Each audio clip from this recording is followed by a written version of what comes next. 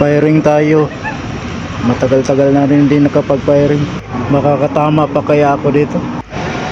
Nanginginig ako mga ka-Berks. Pasmado na talaga. Sana makatama.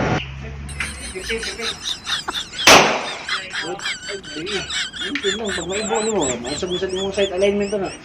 Pag maigo na naman isa, ayun, ilubos. Nawa ko yung site alignment, may kaigo na naman siya, puto din. Hintay. Relax lang. Sa puntong ito mga ka-Berks, naka-bull's eye din. Huwag mo akong itulak sir ha. Ikaw ang babarilin ko ngayon. Joke lang. Pasadong pasado na guys. Kahit di tumama itong isa sa bull's eye. Thank you Lord. Full blast.